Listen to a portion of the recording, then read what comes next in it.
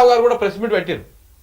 ఇగో మల్లోపారి నీళ్ల దోపిడీ తెలంగాణ పైన చంద్రబాబు కుట్ర, ఏపీ చేపట్టే బనకచెర్ల ప్రాజెక్టుతో తెలంగాణకు మళ్ళీ ఎడారిగా మారేటువంటి అవకాశం ఉంది. 200 టీఎంసీలు నీళ్లు తరలించేందుకు ప్లాన్.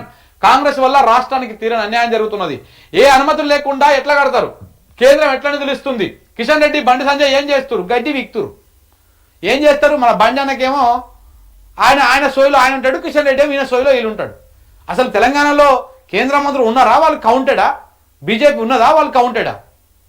వాళ్ళ ఎన్నికల ముంగల్నే వస్తుంది. వాళ్ళ వింగులు వాళ్ళందరూ కూడా ఎన్నికల ముంగల్నే యాక్టివేట్ చేసుకుంటారు. ఎన్నికలు అయిపోయిందా? ఎన్నికలు అయిపోయి మళ్ళీ ఎన్నికలు వచ్చిందా ఇంకా మొత్తం స్లీపింగ్ మోడ్.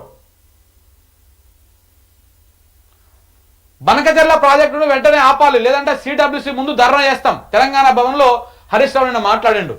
నీళ్లే జీవనాధారం, ఆ నీళ్ల కోసమే తెలంగాణ ఉద్యమం జరిగింది, కొట్లాడి తెలంగాణ సాధించుకుంది.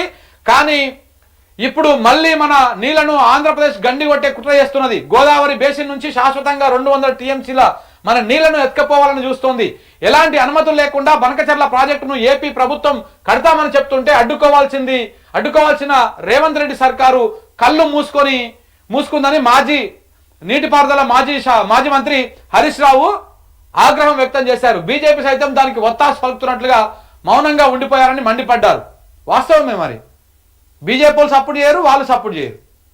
ఎందుకంటే బీజేపీకి అదే కావాలి, చంద్రబాబు నాయుడిని మెప్పించడము, మా రేవంత్ రెడ్డికి కూడా అదే కావాలి. ఒక్కసారి చంద్రబాబు నాయుడు తిరగబడమను, రేవంత్ రెడ్డి దమ్ముంటే ఒక్క మాట రాష్ట్ర ప్రయోజనాల దృష్టిని, ఇక్కడ ఏ రాజకీయాలు వద్దు, రాష్ట్ర ప్రయోజనాల దృష్ట్యా మిస్టర్ చంద్రబాబు నాయుడు ఎట్లా తీసుకపోతావు 200 టీఎంసీలు, నీకు అంత దమ్ముందా అని చెప్పేసి ఒక మాట మాట్లాడాలని రేపటికెళ్ళి ఏబిఎన్ నెగిటివ్గా రాస్తుంది, టీవీ5 నెగిటివ్గా రాస్తుంది, ఇక ఈనాడు నెగిటివ్గా రాస్తుంది ఆయనకు. ఎందుకంటే ఆయన సామాజిక వర్గం మీడియా, చంద్రబాబును కంటికి రెప్పలా చూస్తున్నటువంటి మీడియా. తెలంగాణలోకి సోయి లేదు, అట్లాంటి వ్యవస్థను నిర్మాణం చేసుకోరు వీళ్ళు. వీళ్ళకంత సోయి లేదు, వీళ్ళకంత బుద్ధి కూడా రాదు, వీళ్ళకంత జ్ఞానం కూడా లేదు. అది పక్కన పెట్టాడు సబ్జెక్టు. కానీ రేవంత్ రెడ్డిని మాట్లాడమను, రేపటి నుంచి ఎవ్వరు సపోర్ట్ చేయడు. ఆర్డినెట్ను కవర్ చేస్తున్నారు కదా, ఏది ఆంధ్రజ్యోతి వాళ్ళు రేవంత్ రెడ్డిని కవర్ చేస్తున్న షీల్డ్ లెక్క, డ్యామేజ్ కాకుండా. ఆ కవర్ కూడా ఉండదు అనమాట. ఇంకా అప్పుడేమవుతుంది? ఎందుకు నాకు వచ్చింది ఏముంది, నేను 5 ఏళ్ళు మంచిగా దోసుకోవాలి, తినాలి, మన కుటుంబం మనం సంపాదించుకోవాలి, బయటపడాలి, మిగతా అంతా మనకెందుకు అని చెప్పేసి ఆయన కూడా సపోర్ట్ చేయకుంటున్నాడు.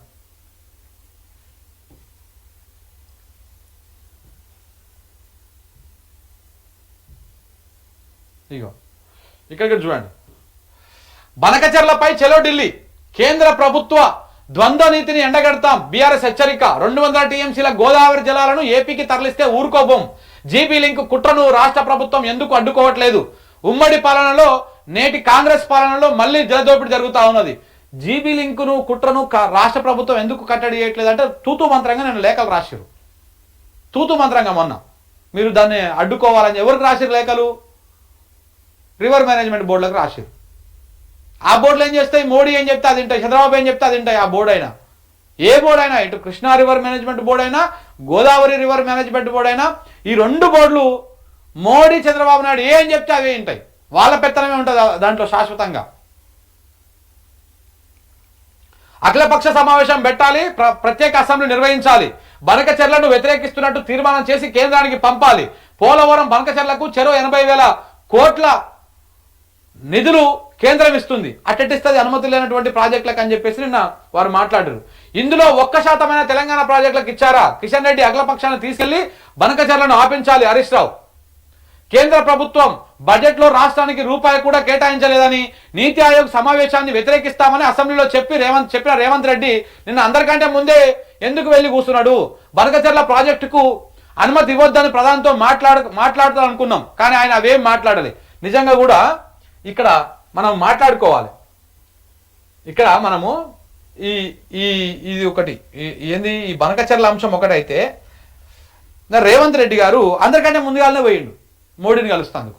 ఏది? నీతి ఆయోగ్ మీటింగ్ కోసం. దానిలో సంగారెడ్డిలో మీటింగ్ ఏర్పాటు చేస్తే జహీరాబాద్ అక్కడెక్కడో సభలో ఒకటి ఏర్పాటు చేస్తే అందులో చెప్తాడు, నేను ఢిల్లీకి పోయేది ఉన్నది, మోడీని కలిసేది ఉన్నది, నీతి ఆయోగ్ మీటింగ్లో పాల్గొనేది ఉన్నది, అందుకే తొందరగా పోతున్నా, నేను అందుకే మాట్లాడిపోతున్నా అని చెప్పేసి ఆయన మాట్లాడి పోయిండు. వాస్తవానికి తొందరగా పోయింది దానికోసం కదా, జనాలు వెళ్ళిపోతారు అని చెప్పేసి తొందరగా మాట్లాడిండు.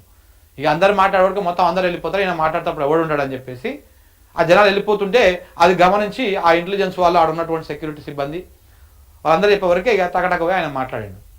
సో అది అయితే మోడీని కలుస్తందుకు ఎందుకు ఇంత తహతహలాడుతున్నాడు అంటే ఇది కథ.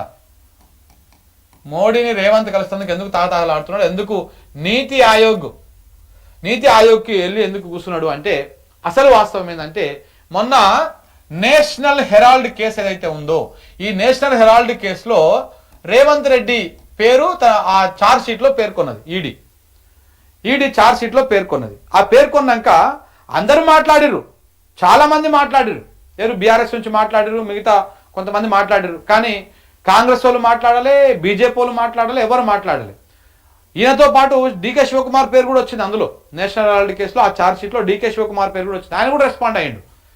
వచ్చింది, నా పేరు వచ్చింది, మేమేం తప్పు చేయలేదు, మేము వైట్ మనీ ఇచ్చినాం మొత్తము అని చెప్పి చెప్పిండు. కానీ రేవంత్ రెడ్డి స్పందించాలి, కనీసం మాట్లాడలేదు. కాంగ్రెస్ వాళ్ళు కూడా ఎవరు మాట్లాడలేదు, బీజేపీలు కూడా మాట్లాడతలేరు దీని మీద. ఎందుకంటే బీజేపీ కాంగ్రెస్ రెండు మిలాఖతులనే ఉన్నాయి కదా. అయితే ఈ వ్యవహారంలో మోడీని కలవడానికి అంత ఆతృతతో పోయిండు ఆయన. అసెంబ్లీలో ఏం చెప్పిండు, నీతి ఆయోగ్ మనకు రూపాయి కేటాయిస్తలేదు, ఆ సభకే ఆ మీటింగ్కే నేను మొత్తానికే నేను దాన్ని బైకాట్ చేస్తా అని చెప్పిండు. కానీ అందరికంటే ముందుగా పోయి కూర్చేసుకొని కూర్చున్నాడు ఆడ రేవంత్ రెడ్డి. అసలు కథ ఏంటంటే ఈ ఈడీ ఛార్జ్ షీట్లో ఆయన పేరును పెట్టింది కదా, ఇది దేనికోసం పెట్టిరు, ఎందుకోసం పెట్టిరు, నేను అనుకున్నట్టుగానే పెట్టిరా లేకపోతే మీరు ఇంకేమైనా ఉందా, ఆ విషయాల్లో ఏంటేటో తెలుసుకోవడం కోసం విన్నట్టుగా అనిపించింది. అసలు వాస్తవం ఏందో మనం ఆల్రెడీ బక్కజర్సన్ అన్న ఒక విషయాన్ని చెప్పిండు, గుర్తుకుందా మీకు? బీజేపీ అండదండలు చూసుకొని బీజేపీలోకి పోదామనే ప్రయత్నంలో భాగంగా ఆయన కాంగ్రెస్ పార్టీని మొత్తం బొందబెట్టే కార్యక్రమాలు చేసిండు. కానీ మన పహల్గామ్ ఘటన తర్వాత, పాకిస్తాన్తో జరిగినటువంటి సీజ్ ఫైర్ తర్వాత మోడీ గ్రాఫ్ అమాంతం పడిపోయింది దేశంలో. మళ్ళీ ఎవరు మోడీ డ్రామాలను నమ్మే పరిస్థితుల్లో లేరు. కాబట్టి రేపు భవిష్యత్తులో మోడీకి ఇబ్బందులు తప్పవేమో అనిపిస్తూ ఉంది. అందుకనే మళ్ళీ బీజేపీలోకి పోతే కష్టమవుతుందని చెప్పేసి ఇట్లా ఒక సింపతి గెయిన్ కోసం ఇట్లాంటి ఛార్జ్షీట్లో పేర్లు పెట్టించుకోవడం ఇట్లాంటివన్నీ జరుగుతూ ఉన్నాయి. ఇది చంద్రబాబు నాయుడు మోడీ ఈ కనుసంధంలోనే జరుగుతున్నటువంటి వ్యవహారం ఇదంతా కూడా అని చెప్పేసి చర్చ. చూడాలి మరి ఏం జరుగుతుంది. అందుకే ఈ విషయాన్ని గురించి మాట్లాడడానికి మాత్రమే ఆయన ఢిల్లీకి పోయింది అంతే, అంతకుమించి ఇంకొకటి ఏమీ లేదు.